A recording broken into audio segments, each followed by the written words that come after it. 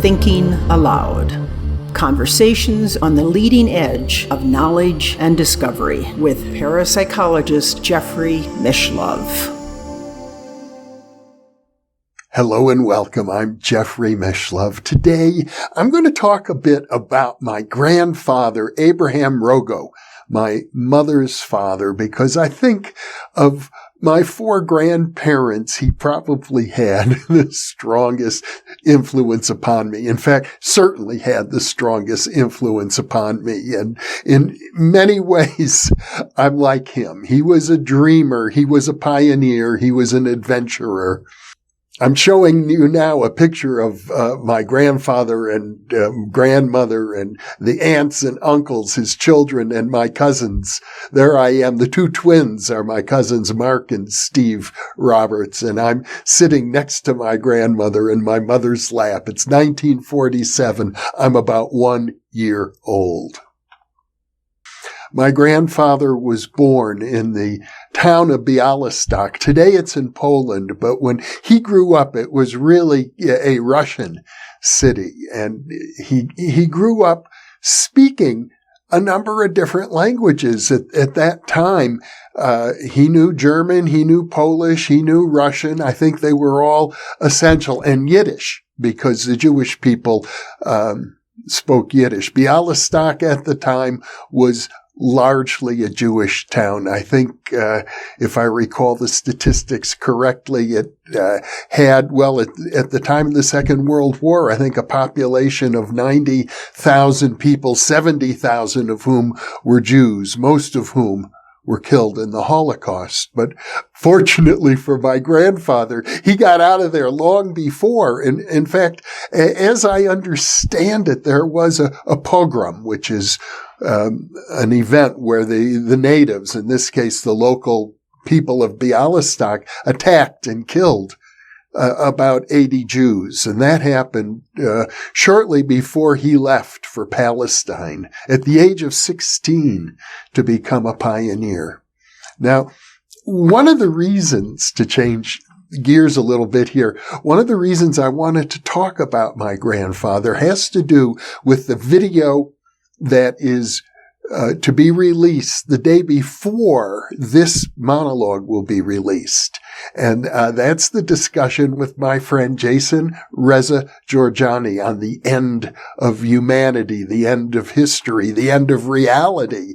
Jason is forecasting, in effect, and many people along with him are forecasting a singularity, a unique event in human history after which everything will be different, dramatically different. Well, I think there's something to it. We don't know exactly when it will happen, exactly how it will happen. In fact, that's the whole point of the singularity, is that once you're on the other side of it, everything is so different, it's not even recognizable. But as I look at my grandfather's life, he grew up in an era where everybody was driving horses and buggies, if they had transportation in that part of the world. The horse and buggy was the common mode of transportation. And he lived to see a man walk on the moon in 1968. I remember visiting his home in Bayonne, New Jersey, and talking to him about that. So my grandfather has seen enormous changes in his own lifetime, and things have only been accelerating since then. Now, I can't say that I agree or disagree with Jason's vision of the future, other than, yes, there are going to be radical changes, but how to best adjust to those changes, that's an issue for deep thought. And I think Jason raises very provocative questions. And although it's tempting sometimes to think, no, things, no matter how much they change, will always be the same. Humans will always be humans. May not be the case. Jason is suggesting the end of humanity as we know it could be within the next 30 years. Well, back to the story of my grandfather.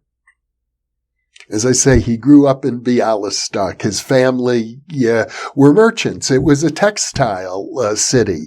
So his family engaged in the textile trade. And I'm under the impression they were pretty prosperous.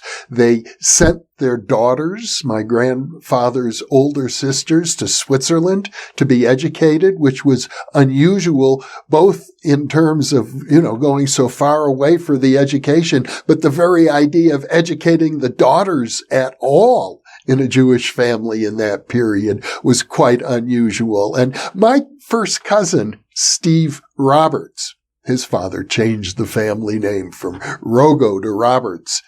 I suppose you could say as an adroit move politically and for business sense.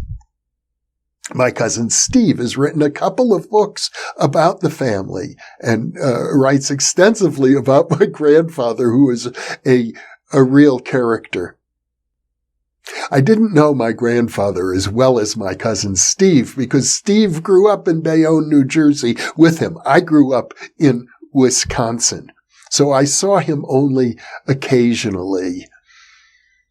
But every time it was quite special. And I have to say that he was a wonderful grandfather.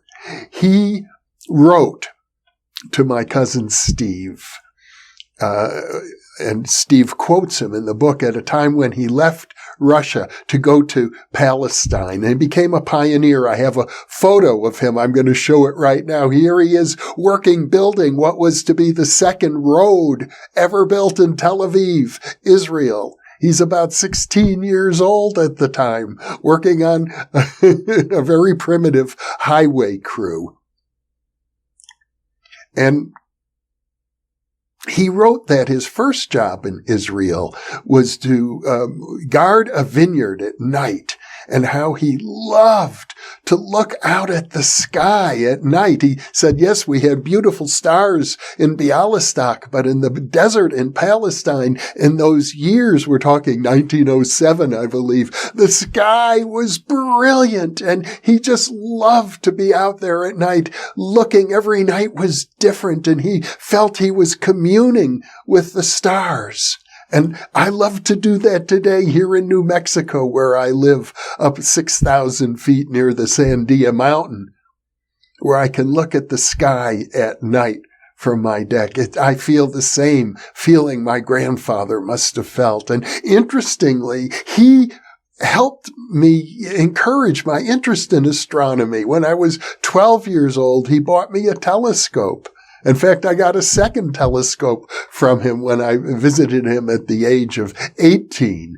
And he used to get me all of these crazy things. He bought me a Geiger counter at one time. He went to a carnival and he found these machines that spin around and you squirt paint on them and create beautiful images. And he bought me one of these paint spinning machines.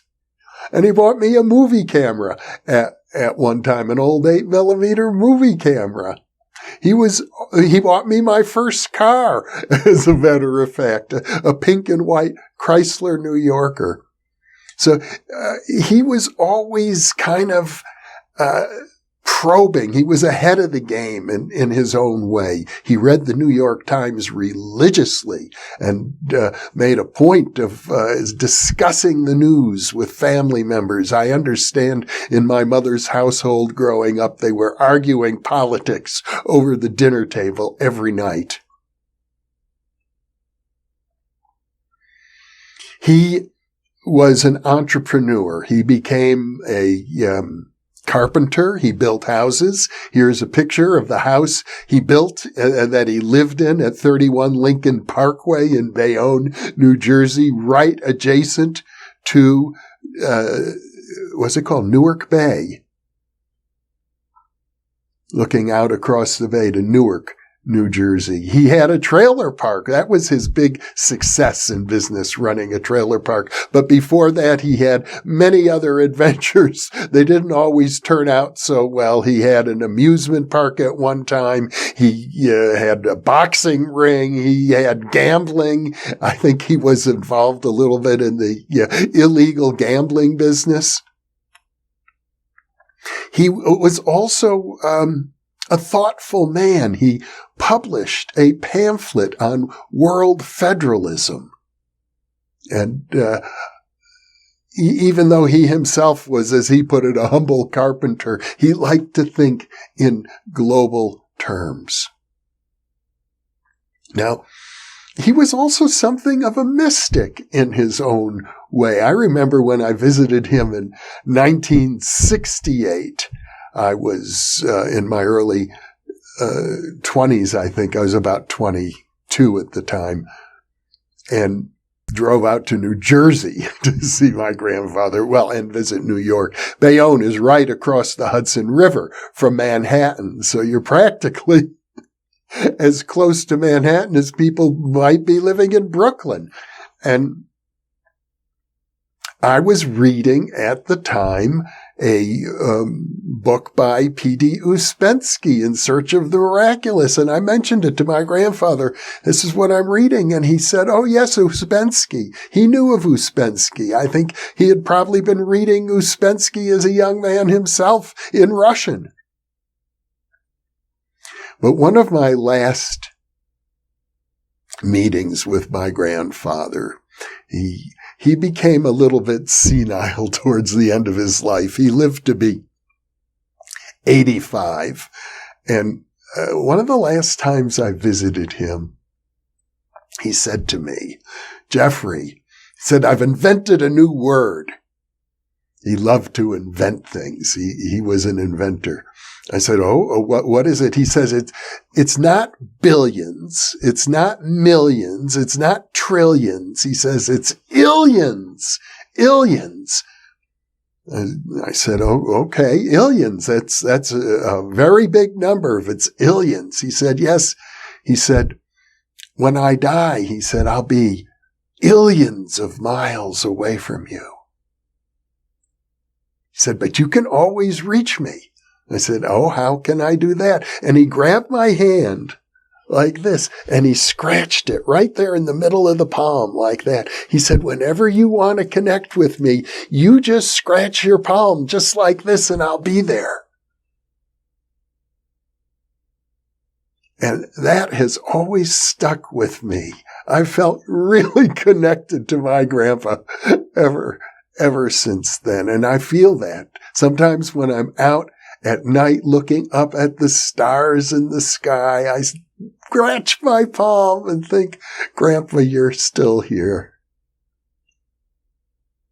Well, let me leave you with this question. Who amongst your ancestors has been a strong influence in your life? How did they influence you? Can you sense in your own personality and your own makeup, your drives, your desires, your longings, the influence of the people, the older members of your family, your ancestors? I'll leave you with that thought. And let me leave you with another thought. How do you think the world will yet change in your lifetime? What changes do you expect to see in your lifetime? So I'll leave you with those thoughts, and thank you for being with me.